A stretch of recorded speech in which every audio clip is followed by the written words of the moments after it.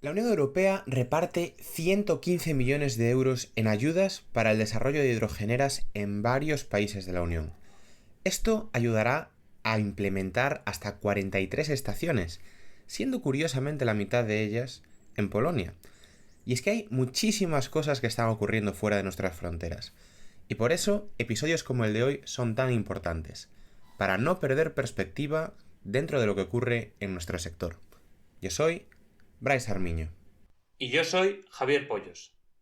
Bienvenidos al podcast del hidrógeno, un espacio de Atlanti, donde te ayudamos a desarrollar proyectos de hidrógeno renovable prestando servicios de consultoría, ingeniería, preparación de ayudas y formación. ¡Empezamos!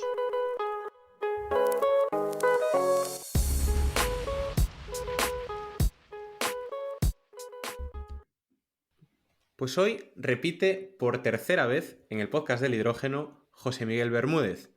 Como ya sabéis, desde hace unos años, analista especializado en hidrógeno y combustibles alternativos para la Agencia Internacional de la Energía.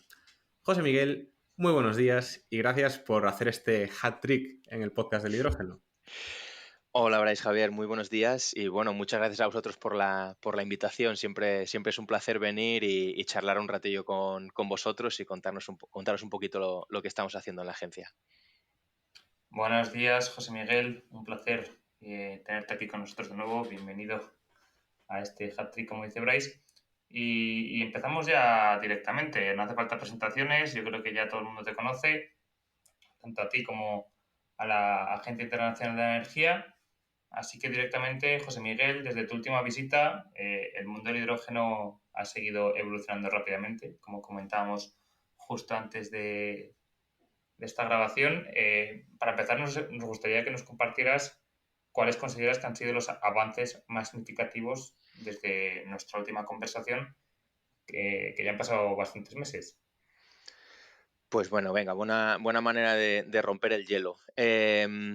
Contrariamente a lo que hablamos en las últimas llamadas, yo creo que el tono de esta conversación va a ser un poquito menos optimista que en las últimas, porque es difícil hablar de avances significativos en el último año y medio. O sea, realmente seguimos viendo mucho interés en el hidrógeno, y señales positivas, pero no algo tan significativo como esperábamos ahora un par de años y ni como necesitamos, ¿no? que se avance en este sector.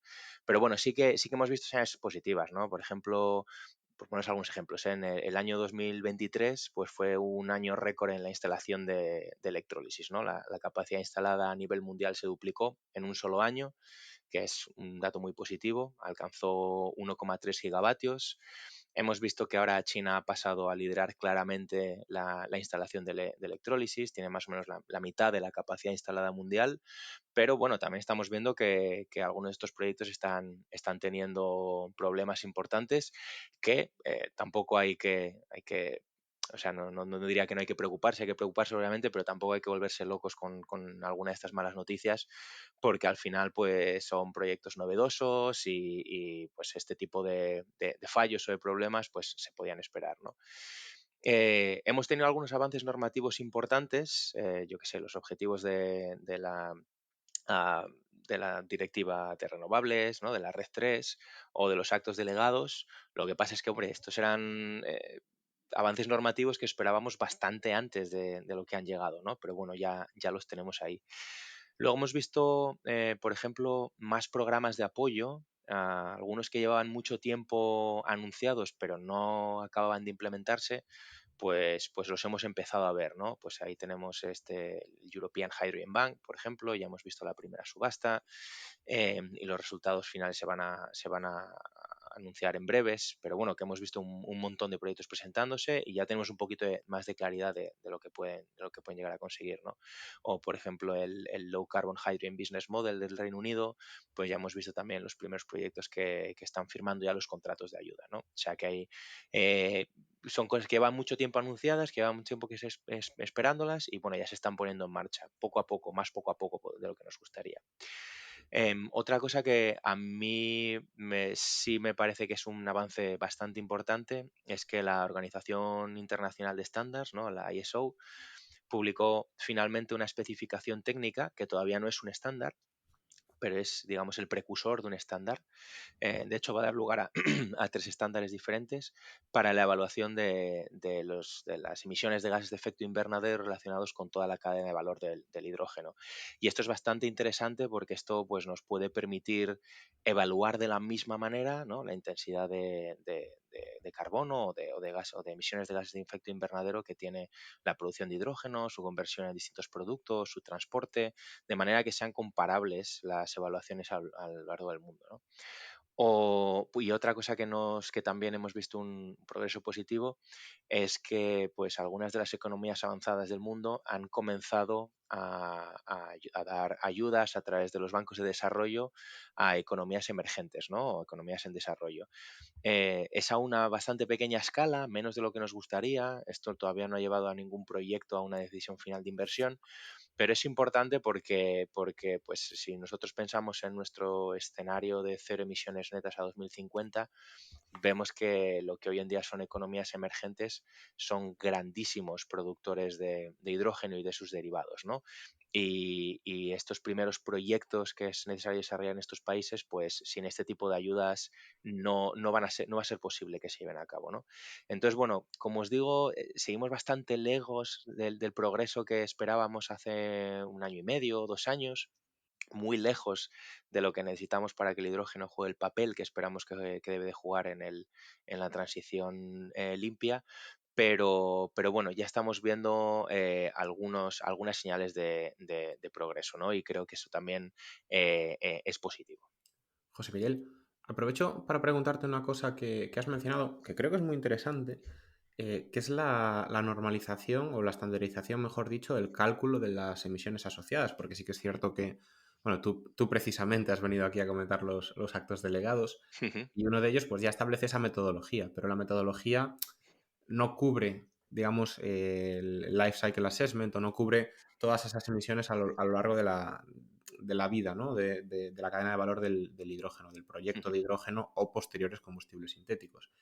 ¿Esa norma que comentas es la 14067 o es otra que ha sacado ISO de forma adicional?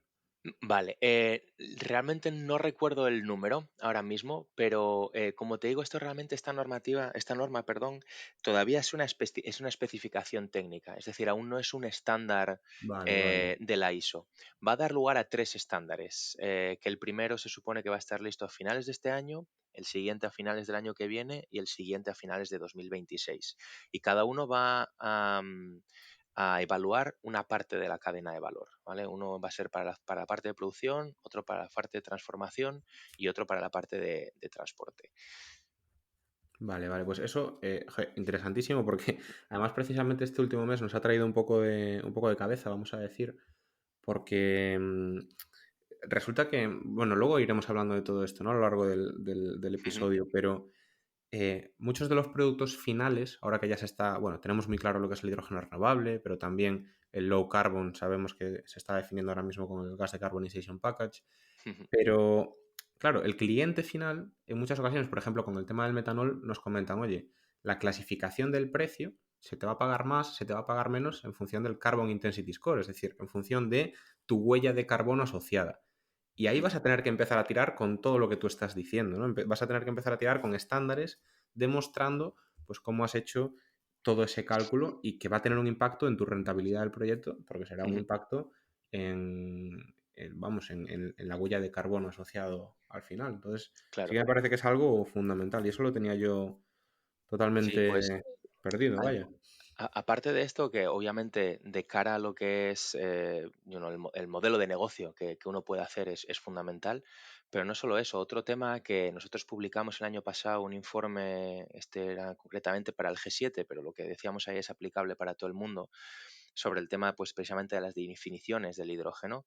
Un problema que estábamos viendo es que cada gobierno correctamente estaba definiendo sus propias regulaciones en este aspecto, ¿no? Pero claro, cuando tú veías lo que incluía la regulación europea y lo comparabas con pues lo que están tratando de hacer a través de la IRA en Estados Unidos o con lo que está tratando de hacer Japón, veías que no eran comparables, o sea, que no utilizaban el mismo tipo de metodología, que no tenían las mismas fronteras en el sistema de evaluación, algunos tenían en cuenta las emisiones relacionadas con los assets de producción, ¿no? Y esto pues hace que si yo soy un desarrollador de proyectos no lo sé, en Oman o en Arabia Saudí, que quiero exportar mi hidrógeno a la Unión Europea o a Japón o a donde sea, y tienen diferentes formas de medir, implica que me tengo que certificar a través de dos sistemas diferentes, ¿no? Esto es un coste adicional de transacción y esto lo que genera es lo que se llama falta de interoperabilidad en el mercado, ¿no?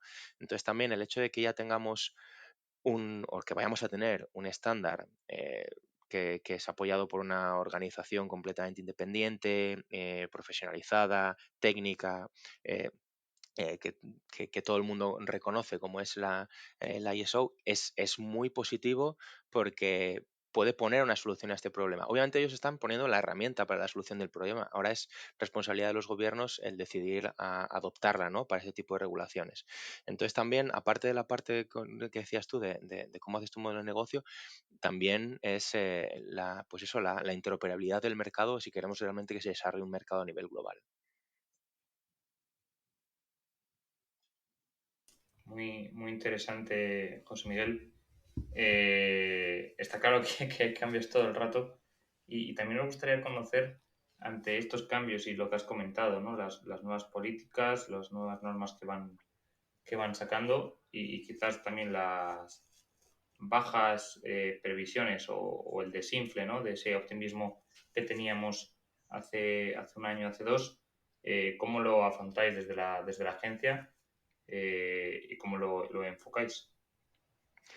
Bueno, yo creo que uno de los cambios importantes que hemos visto en los últimos 2 años más o menos es que si nos vamos unos años atrás, el hidrógeno solamente formaba parte del debate del cambio climático, ¿no? Cómo nos puede ayudar a descarbonizar nuestro sistema energético, nuestra economía.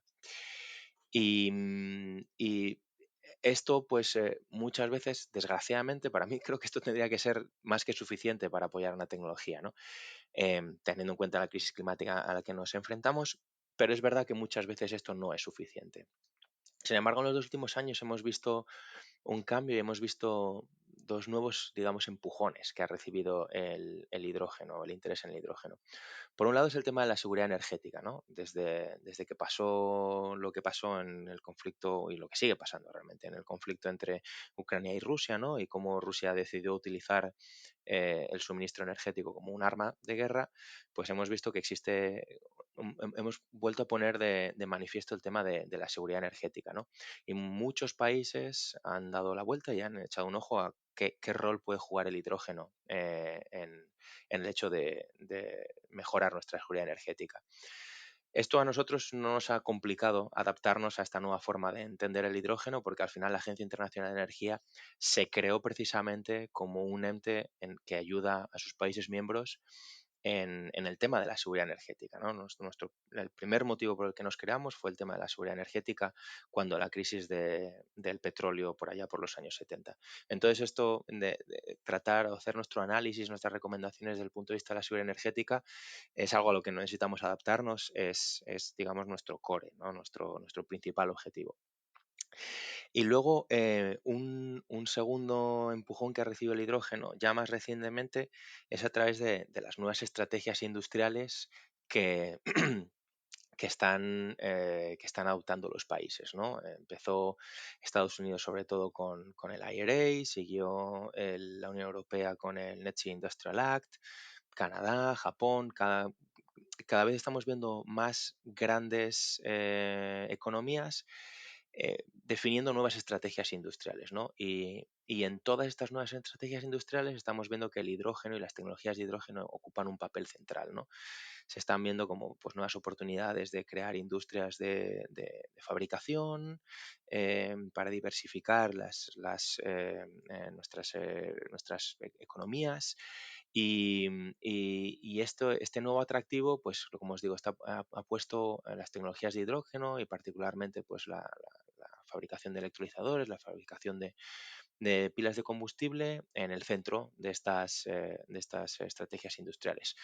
Lo mismo, quiero decir, como siempre me gusta decir, el hidrógeno no es esta bala de plata que dicen los ingleses para solucionar todos los problemas, es una más de estas tecnologías que se ha puesto en el centro de estas estrategias industriales. Ujú. Pero bueno, es importante tenerlo en cuenta, ¿no? Y bueno, pues para nosotros el tema de la estrategia industrial pues es quizás algo más novedoso, pero ya empezamos a trabajar en ello, particularmente en la división de la Agencia Internacional de Energía en la que yo trabajo, en nuestro Energy Technology Perspectives de 2023, y ahora a finales de este año vamos a tener otro Energy Technology Perspectives que también va a tratar un poco este tema, ¿no? Entonces, bueno, por una parte no hemos necesitado adaptarnos demasiado y por otra pues son nuevos temas y al final nos adaptamos en respuesta a lo que nuestros países miembros necesitan, ¿no? Y pues tratamos de traer nuevo conocimiento a la agencia, traernos nuevos colegas que trabajen en estos temas y de los que podamos aprender pues para adaptar nuestro análisis a esas necesidades.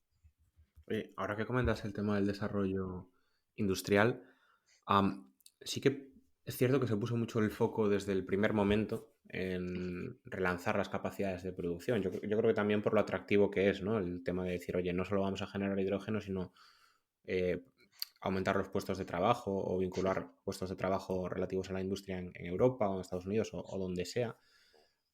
Mm, tú crees que esto, o sea, ese miedo que había a que los electrolizadores no fueran suficientes con todos los planes que había? Claro, ahora lo estamos viendo, el otro día aún leía yo que las fábricas están al 10% y aún vamos a tener, por ejemplo, en Europa, creo que ITM estrena, perdón, la fábrica este año ya con capacidad aumentada, McPhy también, creo que en el tercer cuatrimestre de 2024 la fábrica de Belfort también ya la lanza.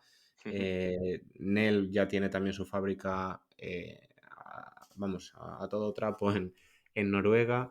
¿Crees que esto sigue siendo un problema o crees que aquí, digamos que esa situación del huevo y la gallina ya está superado? Bueno, no creo que esté superado, pero creo que también hay algunos números que se han ido poniendo sobre la mesa o sea, no es que no sean reales, pero hay que tomarlos un poquito con pinzas. Muchas veces cuando vemos muchos de estos anuncios de los fabricantes de electrolizadores de, no, vamos, hemos abierto una fábrica de 1 gigavatio. Y entonces, claro, y luego producen 20 megavatios al año y pues eso sería un 2% de utilización, ¿no?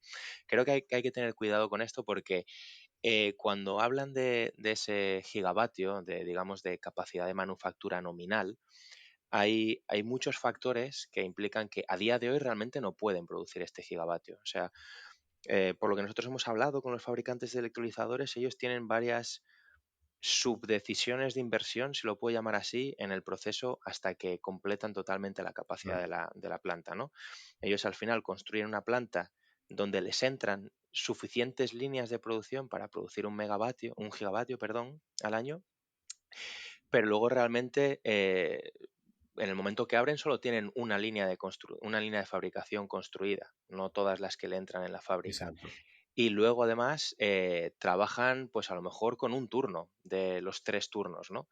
Y la máquina no están, incluso dentro de ese turno, no están fabricando al 100% de su capacidad. Entonces realmente no es que hoy en día estén fabricando un 10% de lo que tienen disponible para fabricar, sino Ujú. de lo que pueden llegar a fabricar. Entonces esto lo que nos dice es, tienen capacidad para responder a la actual demanda, desde luego, lo están haciendo, pueden aumentar esa demanda fácilmente, pero yo creo que nosotros ahora mismo, no recuerdo el último número que publicamos, creo que estaba en torno a los 15 o 16 gigavatios a nivel mundial. Nosotros no creemos que si ahora mismo tuviesen que fabricar 16 gigavatios, serían capaces de fabricar esos 16 gigavatios. Probablemente en un par de años fueran capaces de llegar o sea, que tienen una capacidad de respuesta rápida. Y si en lugar del 1,5 gigavatios que creo que se instalaron el año pasado, teniendo en cuenta también la instalación en cloralkali, si eso se duplicase, seguramente serían capaces de responder sin ningún tipo de problema. Entonces hay que tener un poquito de cuidado cuando tomamos estos números, y nosotros ahora, bueno, ya publicamos en diciembre una actualización de nuestros números de manufactura, y ahora en breves vamos a publicar otro informe sobre, pues, fabricación de tecnologías avanzadas, una especie de roadmap que nos han pedido el gobierno de Japón.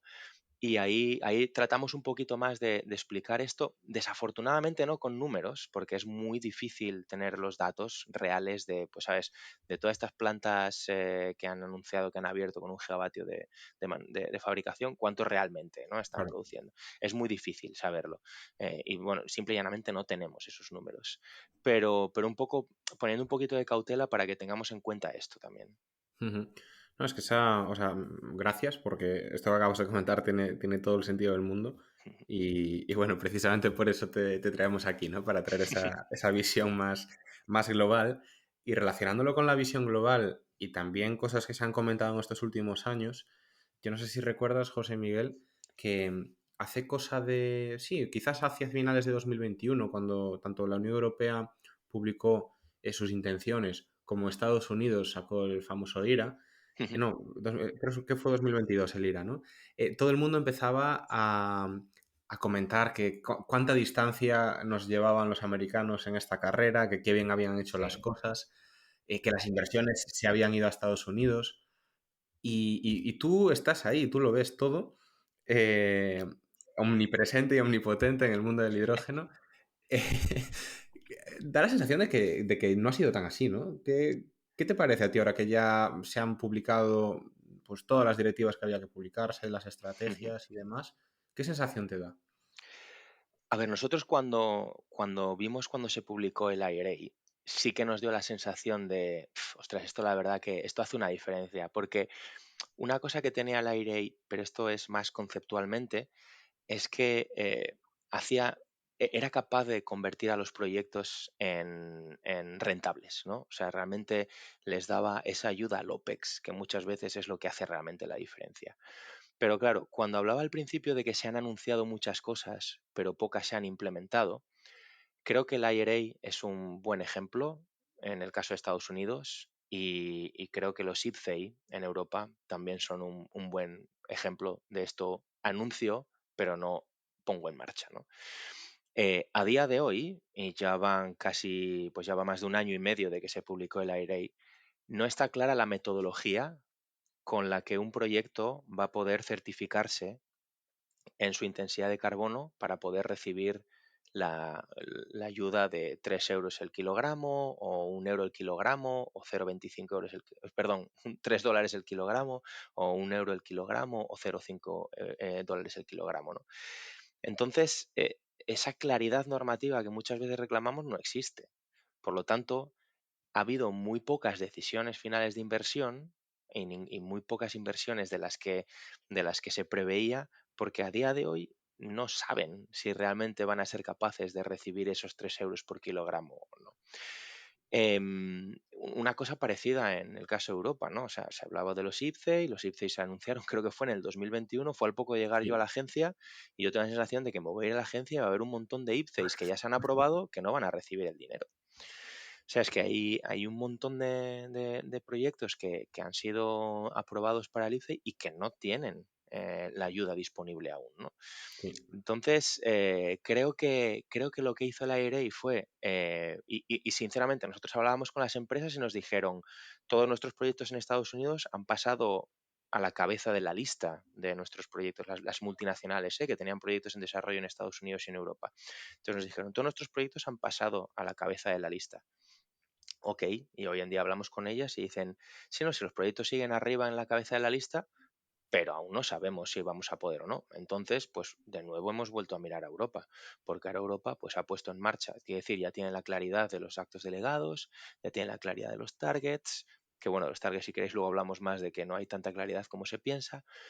Entonces, realmente no ha sido tal adelantamiento por la derecha como esperábamos de Estados Unidos o en Europa, porque sigue sin haber esa claridad de cómo voy a hacer mi proyecto, de cómo lo voy a hacer rentable, ¿no?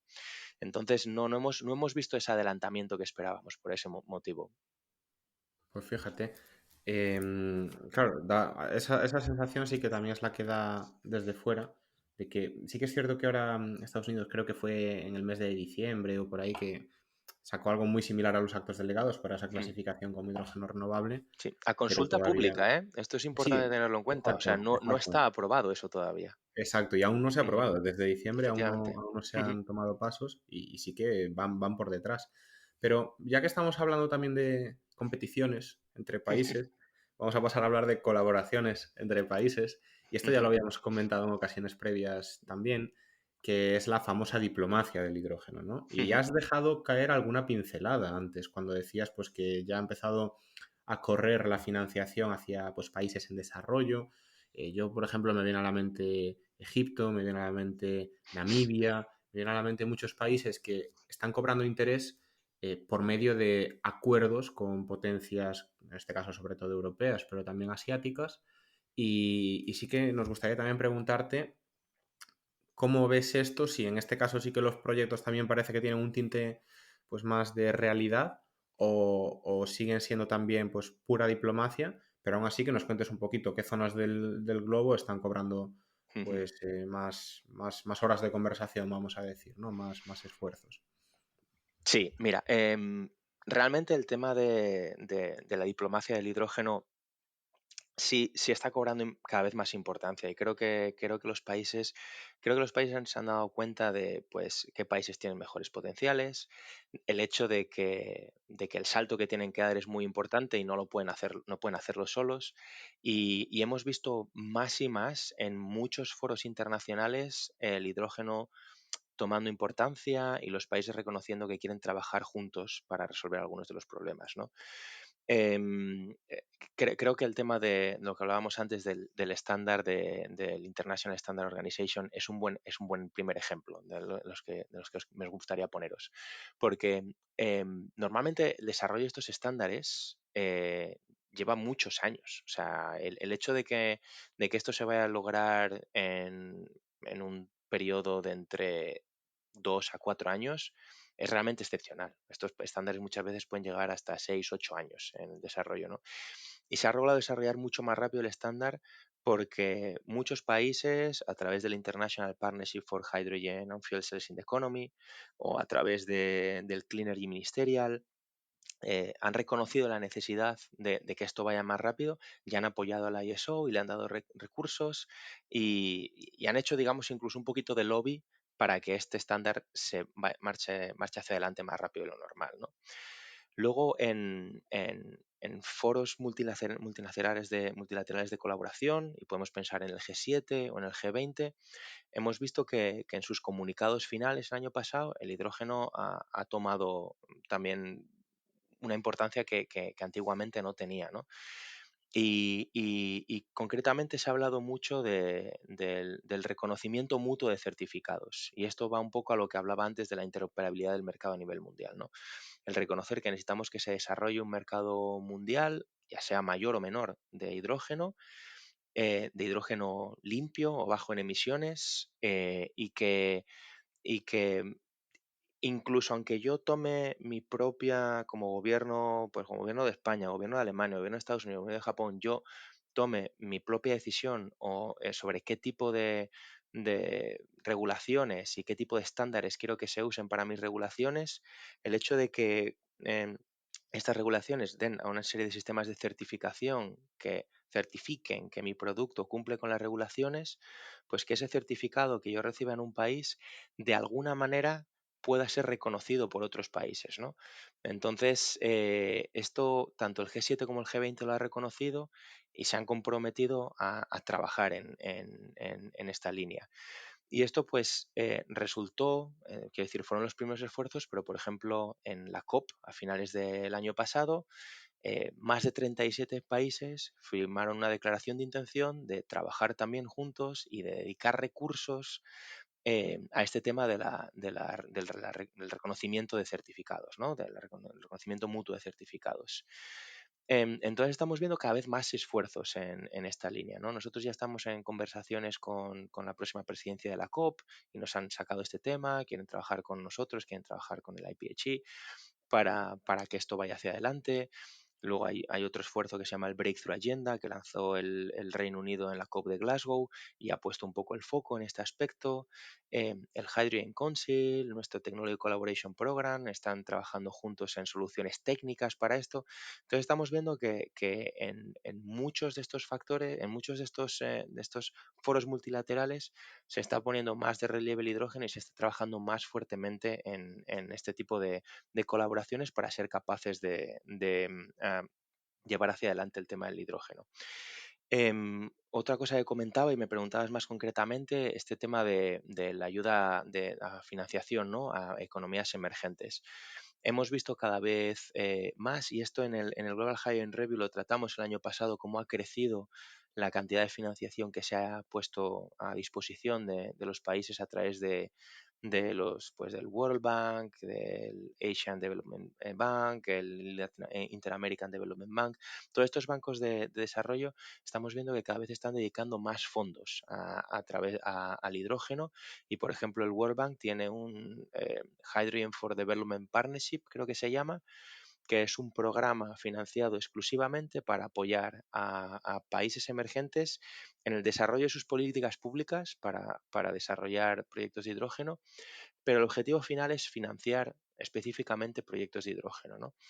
Y sabemos que a través de este programa se ha dado un crédito a la India, se ha dado un crédito a Chile. em, Namibia es otro país no sé si ya tiene un crédito o se le va a ayudar. O sea, estamos viendo algunos de los países que has nombrado y estamos viendo que algunos de estos países están siendo capaces de poner financiación a disposición de los proyectos, ¿no? Hemos visto algún progreso, por ejemplo, en India, bastante interesante y proyectos que están ya muy cerca de decisiones finales de inversión. El tema es que yo creo que en el caso de India, los primeros proyectos que están recibiendo una financiación muy baja y por un periodo de tiempo muy corto. Entonces yo no creo que sea suficiente para llevarles a la rentabilidad, pero habrá que ver cuando estos fondos de este Hydrogen for Development Partnership se pongan a disposición de India, si puede aumentar esto y puede llevar a algunos de estos proyectos a decisión final de inversión. Son procesos que son largos, que llevan tiempo, están sometidos a mucho escrutinio porque son fondos muy importantes, o sea, cantidades de dinero muy importantes y claro, los países que donan quieren estar seguros que se van a utilizar de una manera limpia, de una manera transparente y que realmente sirvan para llevar Normal. adelante proyectos, ¿no? Entonces, esto es un proceso que va a llevar tiempo, pero bueno, os quiero decir que es que si vamos 2 años atrás no existían ni siquiera estos programas, ¿no?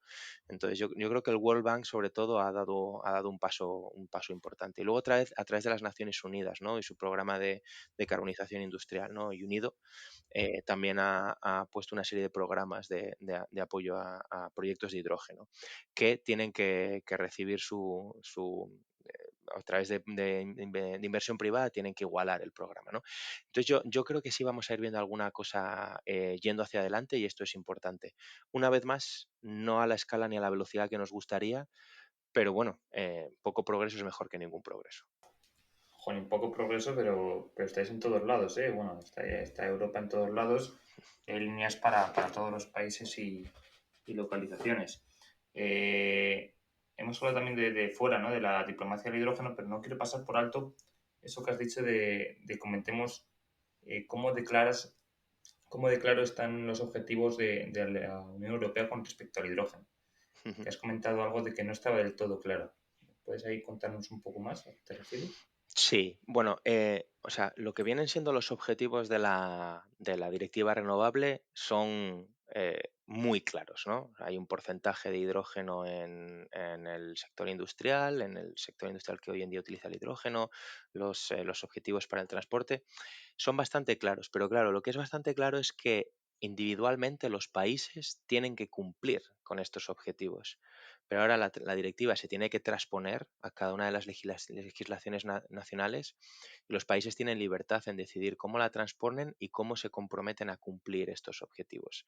Es decir, el hecho de que este 42% de la demanda de hidrógeno se cumpla, se obtenga a través de los RFNBOs, ¿no? Los Renewable Fuels for Non-Biological Origin, no significa que los países estén obligados a mandatar a sus industrias a cumplir con esto, ¿no? Si yo como país individual de la Unión Europea puedo decidir que voy a ser capaz de cumplir este objetivo a través de ayudas a la producción o a través de ayudas a la demanda, a través de Carbon Contracts for Difference o a través de mandatos. Entonces, hasta que estas directivas no se transpongan a nivel nacional y las compañías que están desarrollando proyectos a nivel nacional tengan claro cuáles van a ser las ayudas que va a haber, cuáles van a ser los mandatos que va a haber, no existe una claridad regulatoria total, ¿no? Entonces, una vez más, cuando hablamos con las empresas, dicen, bueno, es un buen primer paso, pero claro, yo no sé realmente en Holanda, en España, en Alemania, en Dinamarca, cómo esto se va a trasladar a una regulación nacional a la que voy a estar en un obligado cumplimiento, ¿no? Solamente en el caso del sector aéreo, en el que este RefuelEU, en este caso, claramente hay un mandato a las compañías, si no me equivoco, a las compañías que suministran el combustible a las compañías aéreas, tienen un claro mandato de que un porcentaje de ese combustible tiene que venir de RFNBOs, ¿no? Es el único caso en el que hay una claridad regulatoria total, porque ya es, quiero decir, ese mandato de la Unión Europea ya es directamente a las compañías, ya no es a los Estados miembros que luego deciden cómo transponer esa directiva.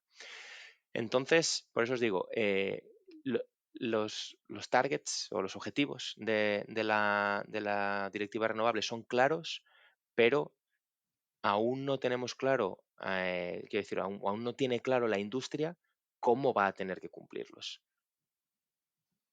Vale, vale, vale, vale. Entendido, ¿no? Que falta en la ley que cada país también decida cómo aplicarlas en su propio terreno. Efectivamente. Mira, un caso es un poquito, no sé si es un gran ejemplo, pero creo que es el único ejemplo que tenemos realmente. Un caso donde incluso antes de que se aprobase la directiva ya decidieron transponerla, digamos, es el caso de Rumanía, ¿no? Rumanía ya ha mandatado a sus industrias el tema del 40% del uso industrial tiene que ser RFNBOs, el tema del transporte, ya lo ha mandatado. Problema, que claro, hoy en día la demanda industrial de hidrógeno en Rumanía es insignificante en lo que es el global de la Unión Europea, ¿no? Pero bueno, es un país que las industrias que estén allí ya tienen una claridad regulatoria total. Pero bueno, desgraciadamente no es uno de los grandes consumidores ni probablemente uno de los grandes productores de hidrógeno, ¿no? Entonces, el problema es que hoy en día, si yo estoy desarrollando un proyecto en Alemania, en España, en Polonia, en Holanda, en Italia, en Portugal, no sé realmente cuál va a ser la regulación o cómo esa regulación europea se va a transponer. Claro, claro, claro, claro. Pues entendida esa parte. Yo creo que ya cambiamos un poco de tercio y vamos a vuestros famosos reports y análisis, ¿no? Ujú. Que al final es una forma de plasmar todo lo que recabáis y recogéis sobre un papel o en un formato digital que la verdad que son súper útiles y nos dan una perspectiva muy, muy buena de cómo es el sector. Y uno de ellos es el Global Hydrogen Review, que sacáis anualmente, si no me Ujú. equivoco. Sí. Te queríamos preguntar sobre este en concreto, bueno, o sobre datos más actualizados que tengas, ¿cómo has visto, también relacionándolo un poco con las perspectivas que se han ido cambiando, etcétera, etcétera, la demanda? ¿Cómo ha ido evolucionando la demanda en el sector de hidrógeno? Y si crees que va a ir para adelante, si crees que va a aumentar, Ujú. si crees que en los próximos años se va a enfocar hacia otro sector, ¿no? Como comentábamos, los combustibles sintéticos, hidrógeno puro, los hidroductos. Ujú. Que nos cuentes un poco aquí vuestra opinión. Sí, claro. Aquí me gustaría hacer una diferenciación entre lo que es la demanda para el hidrógeno y la demanda para lo que nosotros llamamos hidrógeno bajo en emisiones, que es básicamente hidrógeno producido a partir de energía renovable, a partir de biomasa o a partir de combustibles fósiles, pero con captura de carbono y almacenaje, ¿no?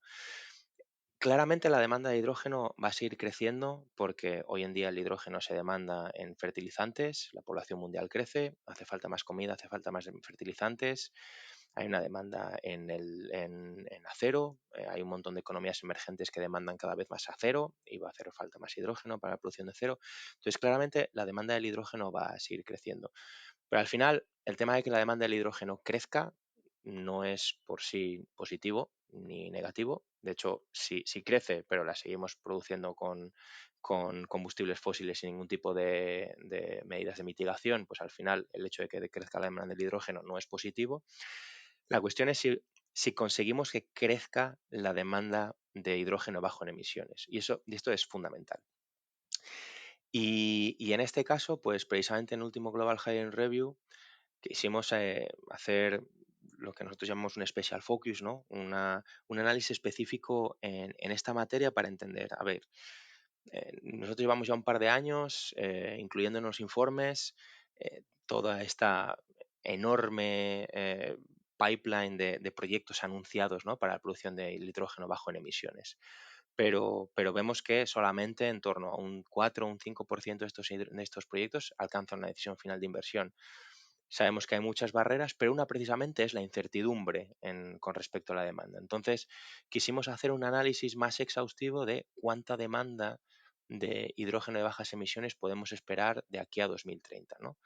Porque, lo que os digo, toda esa cantidad de proyectos anunciados nos dicen que se podría producir hasta 38 millones de toneladas para 2030.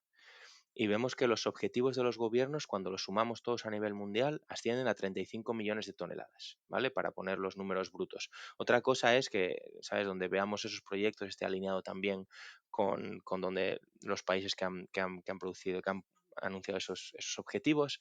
Pero bueno, a nivel global, para hacer una primera comparación rápida, vemos que la producción podría alcanzar 38 millones y los objetivos son 35 millones. Pero claro, la gran pregunta que nos tenemos que hacer ahora es ¿quién va a absorber toda esa producción? Porque si no hay una demanda de este hidrógeno de bajas emisiones, pues ninguno de esos proyectos va a ir para adelante, no van a ser capaces de atraer las inversiones a gran escala que necesitan, ¿no? Y esto al final pues pone en riesgo la viabilidad de toda la industria del hidrógeno de bajas emisiones, en la producción, en el transporte y en el uso final. Entonces lo que hicimos es, vamos a evaluar la demanda que se puede crear si se cumplen todos los planes gubernamentales, ¿no? para generación de demanda. Y hemos visto que con las políticas que están implementadas realmente, que ya se han puesto en marcha y que realmente bien obligan al consumo de hidrógeno o bien em, digamos, incentivan de alguna manera el consumo de hidrógeno, vemos que de hidrógeno de bajas emisiones, vemos que para 2030 se podrían crear alrededor de 7 millones de toneladas de demanda, ¿ok? Que es, bueno, pues 7 veces más de 7 veces más lo que tenemos hoy en día. Y que si se cumpliesen todos los objetivos de demanda, porque hay países que han puesto objetivos específicos en demanda, pues se podrían alcanzar hasta 14 millones de toneladas. La cuestión es que pues, más o menos la mitad de esos objetivos no cuentan hoy en día con el respaldo de medidas concretas, ¿no? Y esto, pues, es una diferencia muy importante con respecto a los objetivos de producción, ¿no? Y es una diferencia brutal cuando lo comparamos con cualquier escenario de decarbonización total, ¿no? De cero emisiones netas en el largo plazo. Y además, no solo esto es un problema digamos, una falta de balance entre la producción y la demanda, sino que además vemos que en torno a la mitad de esa demanda que pretende crearse a través de los planes gubernamentales, pues no se crea o estas políticas, estos objetivos o estas medidas concretas de respaldo, pues no crean demanda en los usos existentes que hoy en día tiene el hidrógeno, ¿no? Ya sea en el refinado, ya sea en la producción de fertilizantes, en la producción de metanol o en la producción de acero. Y esto pues presenta un problema porque estos sectores están mejor preparados para absorber hidrógeno de bajas emisiones que otro tipo de aplicaciones, porque presentan un menor riesgo tecnológico, ¿no? Son tecnologías que están completamente desarrolladas para utilizar hidrógeno, llamemos sucio. No es tan complicado cambiar al hidrógeno limpio desde el punto de vista del reto tecnológico, ¿no? Pero bueno, no quisimos poner solamente el foco en los gobiernos, ¿no? No vamos a echar solamente la culpa a los gobiernos. También hicimos un análisis desde el punto de vista del sector industrial, ¿no? ¿Qué demanda se ha comprometido el sector industrial o el sector privado a generar, ¿no? Y entonces, pues lo que hicimos fue analizar todos los acuerdos de compra, digamos, que se habían anunciado entre partners industriales. Entendemos que esto no es exhaustivo. Habrá un montón de acuerdos de compra que probablemente no sean públicos o, por ejemplo, también hay generación de demanda que no se hace a través de acuerdos de compra, ¿no? Si yo soy un fabricante de fertilizantes que voy a instalar mi propio electrolizador o mi propia planta de captura, al final voy a estar produciendo y demandando un hidrógeno bajo en emisiones que no aparece en ningún acuerdo de compra, ¿ok? Pero bueno, quisimos utilizar este tema de los acuerdos de compra como un parámetro para medir qué progreso ha habido en la demanda. Y hemos visto que solamente había 2 millones de toneladas en acuerdos de compra y que menos de la mitad de ellos, o sea, menos de 1 millón de toneladas, venían de acuerdos de compra que son vinculantes, es decir, no lo que se suele firmar, ¿no? Un Memorandum of Understanding, ¿no? Que todo el mundo firma Memorandum of Understanding porque al final en muchas ocasiones acaban abandonados en un cajón y no se llevan a cabo, ¿no? Solamente 1 millón de esos 2 millones de toneladas realmente es un acuerdo de compra vinculante que tendría consecuencias para una de las dos partes si no se cumple. Pues si vemos 1 millón de toneladas por parte del sector industrial, entre 7 y 14 de los objetivos o de los objetivos de las políticas públicas, vemos que hay una desconexión total con la parte de producción, ¿no? Y que va a ser imposible explotar todo el potencial de esos proyectos anunciados si no se genera esta demanda de alguna manera, ¿no? Entonces nosotros hemos puesto alguna serie de recomendaciones para los gobiernos para estimular la demanda, ¿no? Obviamente dejar de subsidiar los combustibles fósiles, y esto no es exclusivo para el hidrógeno, esto es una recomendación que la agencia lleva poniendo años adelante y que no acaba de funcionar, pero es que si se siguen subsidiando los combustibles fósiles, obviamente esto es una distorsión del mercado que no permite que las tecnologías limpias se compitan, por mucho que digan, no, están subvencionadas. Y bueno, pero es que los combustibles fósiles también. El tema de los precios de carbono, es necesario que nos tomemos más en serio el tema de los precios de carbono.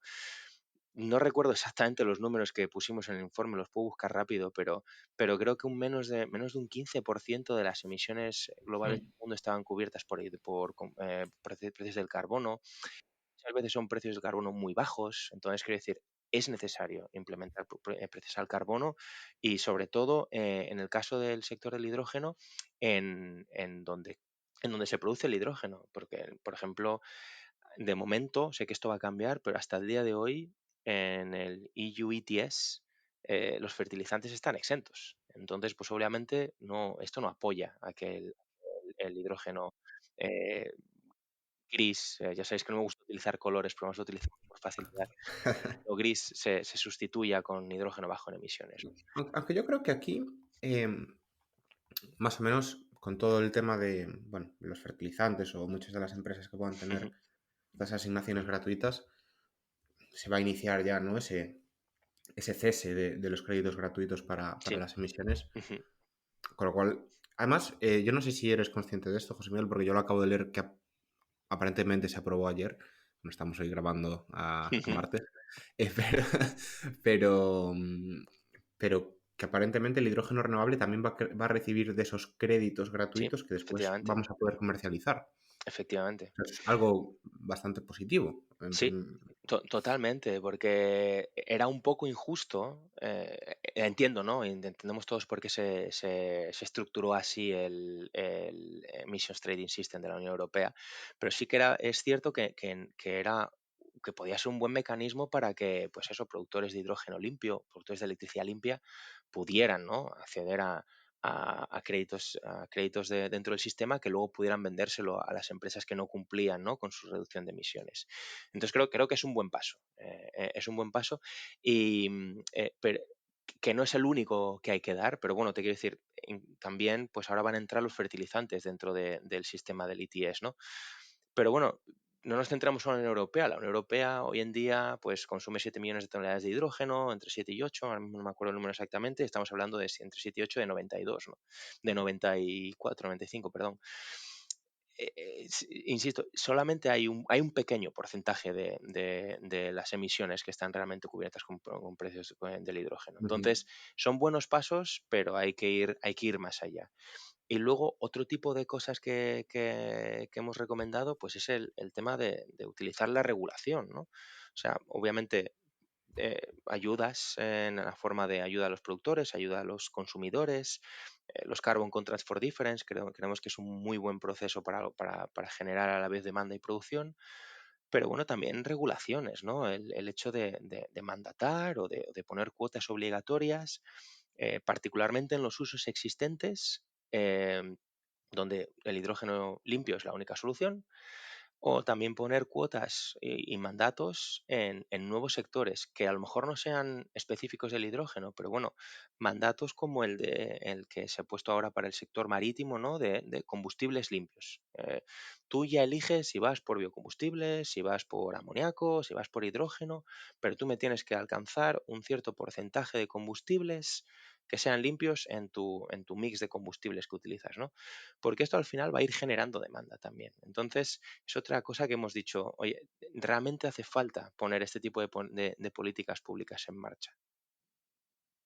Pues desde luego es algo que sí que es interesante porque al final es lo que dinamiza todo, ¿no? El ser capaces de incentivar esa demanda. Y yo Efectivamente. creo que hay más gente con ganas de producir, bueno, creo, no estoy seguro, con ganas de producir que de consumir, por tanto, Muchísimo más, ¿no? ahí Eso es, quiero decir, la diferencia, pues ya te digo, si lo ponemos en lugar de en gente, en millones de toneladas, sí, es 38 frente a 2, ¿no? O sea, es que 38 la a 2, diferencia sí, es sí. brutal.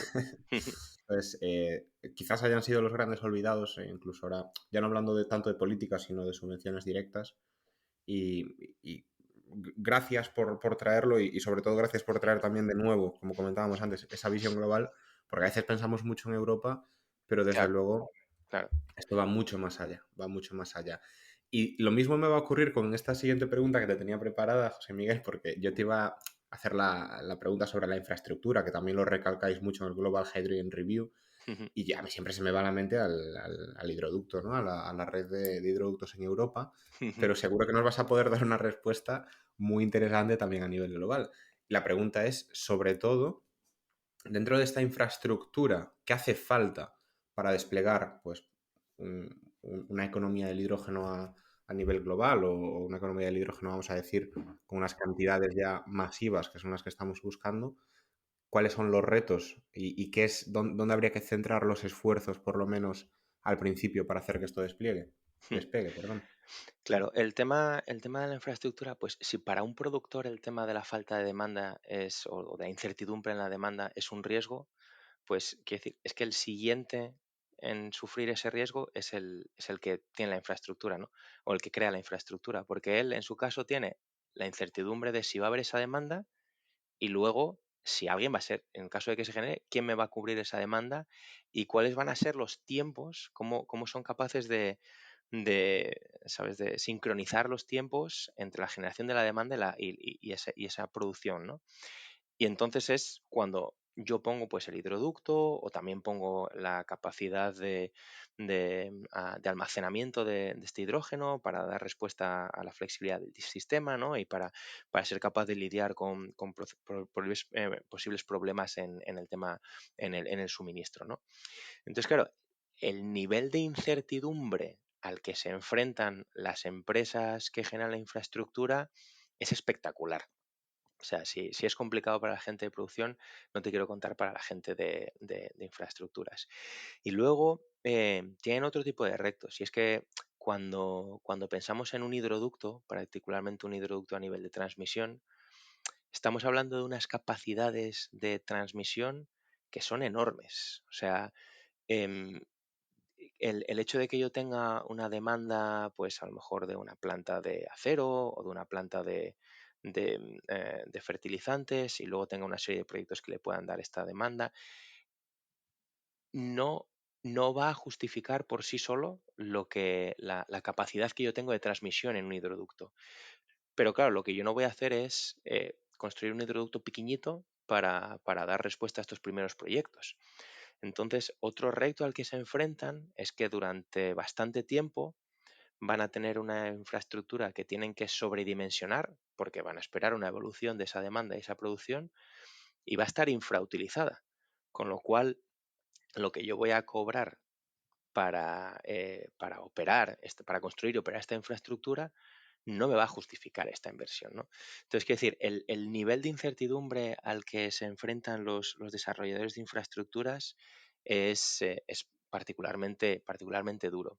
Y luego hay otra cosa que en el tema de las infraestructuras es particularmente dañino, que son, y esto no es igual en todo el mundo, pero sí es bastante común en sitios que tienen una regulación muy potente, como es el caso de Europa, o como es el caso en general de las economías avanzadas, que es los tiempos de desarrollo de los proyectos, cuánto pesa el periodo de licenciamientos, de permisos, que en muchas ocasiones estamos hablando que pueden ser el 70 al 80% del tiempo del proyecto, ¿no?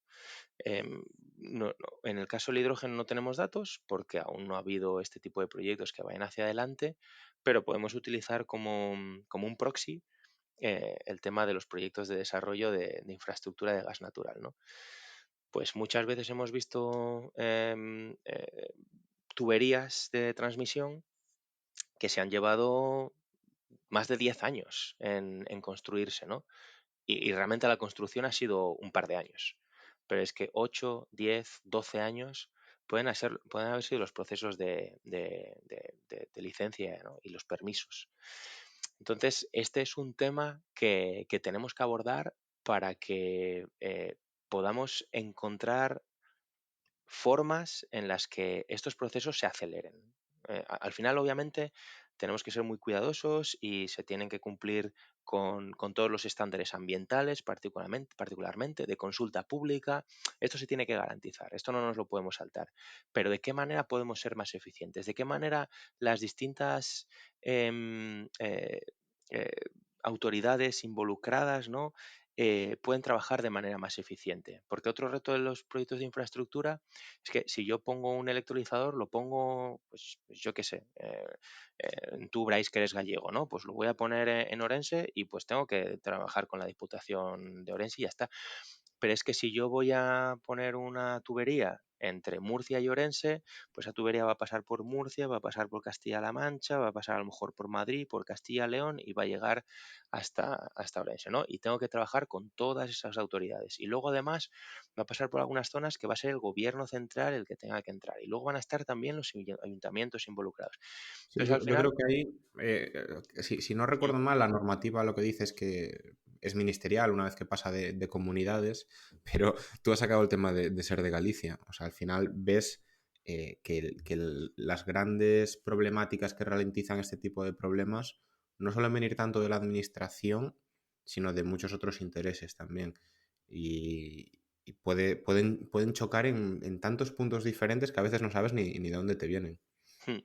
Sí, pero eso obviamente es un tema adicional que creo que aumenta todavía más la complejidad, pero al final el tema de la cooperación entre las distintas autoridades, quizás en el caso de España, pues no estoy tan familiarizado, pero bueno, en muchos otros casos no siempre hay esta normativa que permite que todo luego se lleve a cabo a nivel ministerial, ¿no? Claro. Y ya no hablemos, en el caso de la Unión Europea, y si hablamos del Hydrogen Backbone, cuando ya queramos pasar una tubería a través de varios países, ¿no? Entonces, si no somos capaces de que esto acelere, pues, quiero decir, el desarrollador de infraestructuras va a tener muchísimos problemas y eso al final va a generar problemas también al productor y al usuario final. Entonces, quiero decir, los retos a los que se enfrenta la infraestructura son muy importantes y sin infraestructura no vamos a ser capaces de explotar todo el potencial que tiene el hidrógeno. Porque luego además esta infraestructura, pues, eh, ya no es solo para el sector del hidrógeno importante, es para el sector energético en general, ¿no? Esta infraestructura puede dar flexibilidad al sistema, que obviamente la red eléctrica cada vez es más potente y también va a tener su propia flexibilidad a través del almacenamiento, pero es que la integración de los electrolizadores en el sistema eléctrico puede ayudar a esta flexibilidad, ¿no? Em, y esto se va también a facilitar a través del desarrollo de una infraestructura de gasística, o en este caso hidrogenística, es la que queremos llamar así, que aporta esta flexibilidad.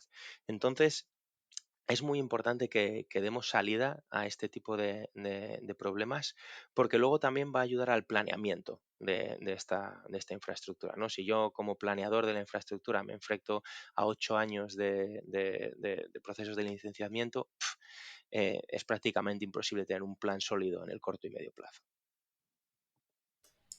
José Miguel, totalmente de acuerdo y la verdad que buena reflexión. Bueno, buenas reflexiones todas las que nos has contado, pero en especial esta última. Y yo creo que ya, que llevamos una horita de capítulo, podemos zanjar con una pregunta abierta que te queríamos hacer. No sé si queréis añadir alguna otra cosa más, alguna mención especial, algún tema que no se nos haya podido escapar. Bueno, buena pregunta. Bueno, hemos tocado un poquito la demanda, hemos tocado un poquito el tema de las infraestructuras, el tema de los nuevos programas de financiación, este tema de IRA contra Europa, no contra Europa, no quiero decir contra Europa, pero cómo iba evolucionando. Yo creo que hemos tocado un poquito todo, pero os decía al principio que no iba a ser un mensaje tan positivo como otras veces, pero sí quería comentar algo y es, hablabais un poquillo también, ¿no? de si ya estábamos empezando a ver el final de la burbuja. Y yo creo que esto es también importante, ¿no? El hecho, estamos viendo muchos mensajes de muchos proyectos que se están cancelando, ¿no? Que si se acabó la burbuja del hidrógeno y el hidrógeno ya no va para adelante. Yo realmente quiero ver en esto el vaso medio lleno, ¿no? Y empezar a entender que pues el tema de esta cancelación de proyectos que no eran tan sólidos puede también ser un signo de madurez del mercado del hidrógeno, ¿no? Totalmente. Y, Totalmente, y sí. el estar viendo o sea, hemos visto cientos de proyectos que se han anunciado, pero muchos de estos han sido buenos pájaros tratando de vivir de la subvención pública, ¿no? Esta excitación que había alrededor del hidrógeno. Entonces yo creo que muchos proyectos se estén cancelando cuando no eran proyectos sólidos.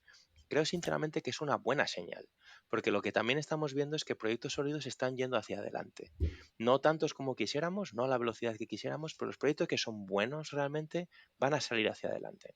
Entonces, aunque el tono no es tan positivo como en otros, sí quiero dejar ese mensaje de que creo que realmente estamos viendo el final de la burbuja y esto es bueno porque nos estamos centrando en aquellas áreas en las que el hidrógeno es imprescindible y puede realmente hacer una diferencia, ¿no? Entonces, que también dejar este mensaje de no confundamos las cosas que van mal con que el sector del hidrógeno va mal. Y creo que es también el momento de poner los pies en la tierra. Hemos visto muchos objetivos, también muchos objetivos gubernamentales, que están completamente desconectados de lo que es realista. Y esto puede hacer que veamos que lo que alcancemos a 2030 sea un fracaso cuando realmente puede haber sido un éxito, ¿no? No quiero poner, ¿sabes?, el dedo sobre ningún objetivo de ningún gobierno, pero si yo pongo un objetivo que es 10 veces más grande de lo que es realista, lo que realmente puede ser un éxito, la gente lo va a ver como un fracaso. Y eso es un error. Es Sí. un error porque puede dar un mensaje eh, que no es adecuado sobre lo que realmente se está consiguiendo, ¿no?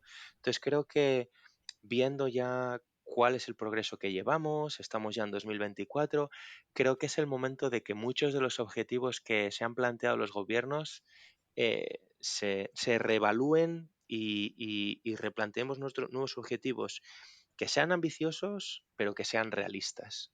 Y que a lo mejor no se vayan a cumplir, pero nos quedemos cerca de cumplirlos.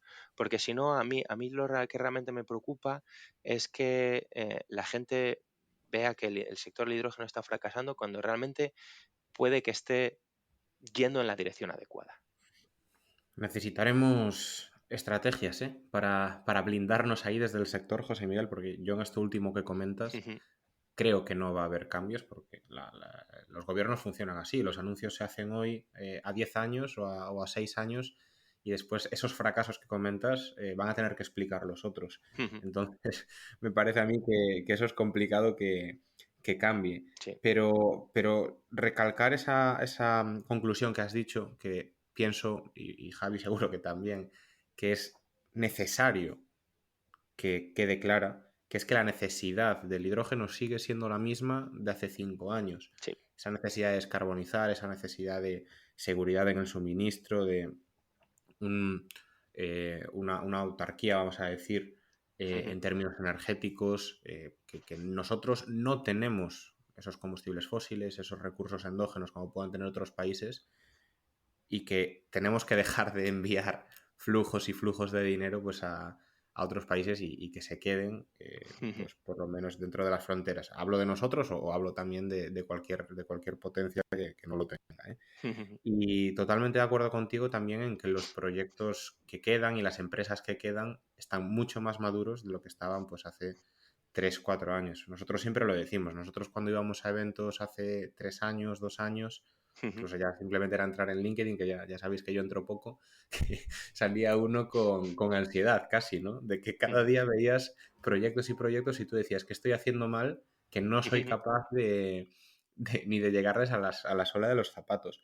Y ahora mismo sí queda la sensación de que tú vas a hablar a un evento y este sentimiento que tienes tú, pues es el mismo, ¿no? Por parte de la gente. La gente dice, joder, es mucho más difícil de lo que parecía. Ya no solo los costes, que de verdad, nosotros hemos recibido alguna oferta de electrolizadores últimamente que te caes para atrás de lo que han sido capaces de rebajar los costes, Ujú. pero es que empiezas a toparte con lo que tú has dicho, dificultades en la tramitación, con temas de la red eléctrica, que personalmente creo que es el gran elefante en la habitación para el desarrollo del hidrógeno. Ujú. El tema de la demanda, que todo lo que planteabas en un PowerPoint, cuando llega la hora de ese MOU pasar a ser un contrato vinculante, mucha gente se ha echado atrás. De hecho, lo Sí. hemos visto en muchos subsidios que ha habido, pues que se han caído por culpa de esa demanda. Ha bajado el coste del gas natural y entonces muchas de las empresas que antes el hidrógeno era un poco de premium, pues ahora de repente es duplicar el coste de la energía. Pero lo dicho, quedan los proyectos maduros, quedan empresas muy maduras, los que nos siguen escuchando, que no se han pasado al biometano, pues ya tienen un conocimiento enorme. Ujú. Y joder, que sí que nos ha encantado tenerte aquí porque has traído una visión muy real y también has dejado pues esa perspectiva, ¿no? De se ha madurado y ahora toca volver a construir ya con estas nuevas herramientas que tenemos, ¿no? Ujú. Incorporadas. Y por eso te queremos dar las gracias, José Miguel, porque de verdad que es un gusto poder hablar con gente que sabe tanto y que nos puede enseñar tanto, a nosotros y por supuesto a todos nuestros oyentes. Y desde luego que va a haber, vamos a por la cuarta pronto, ¿no? Pues ojalá, ojalá que sí. Yo daros una vez más las gracias por la participación, porque bueno, ya sabéis que siempre me gusta mucho venir y hablar con vosotros y tener la posibilidad de participar en el podcast, que me encanta. Soy ahí un oyente habitual y creo que está muy bien y, pues un montón de veces.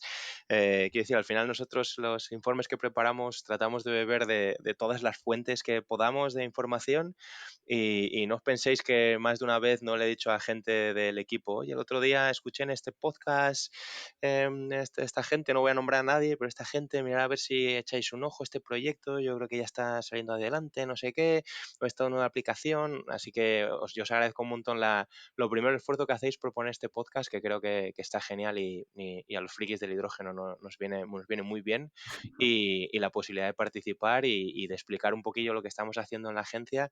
Y oye, pues si esta visión global puede servir también para la gente que lo escucha, ¿sabes? Abrir un poquito los ojos a lo que hay más fuera de Europa y Latinoamérica, pues oye, encantado de poder aportar ese granito de arena. Un placer tenerte, José Miguel, como siempre. Un abrazo y buena semana. Muchas gracias y un abrazo fuerte a los dos. Un abrazo. Y hasta aquí ha llegado el capítulo de hoy, en el que nos ha acompañado José Miguel Bermúdez, de la Agencia Internacional de Energía, con el que hemos podido repasar los aspectos más relevantes y las previsiones del sector del hidrógeno renovable a nivel mundial. Esperemos que os haya gustado y que nos acompañéis durante los próximos episodios, ya que es mucho lo que tenemos y queremos contar. Dadle a like y suscribiros para ayudar a que este podcast crezca. Todas vuestras valoraciones serán bien recibidas en el correo elpodcastdelhidrógeno@gmail.com o en los comentarios de las principales plataformas. Un abrazo grande y hasta la próxima semana.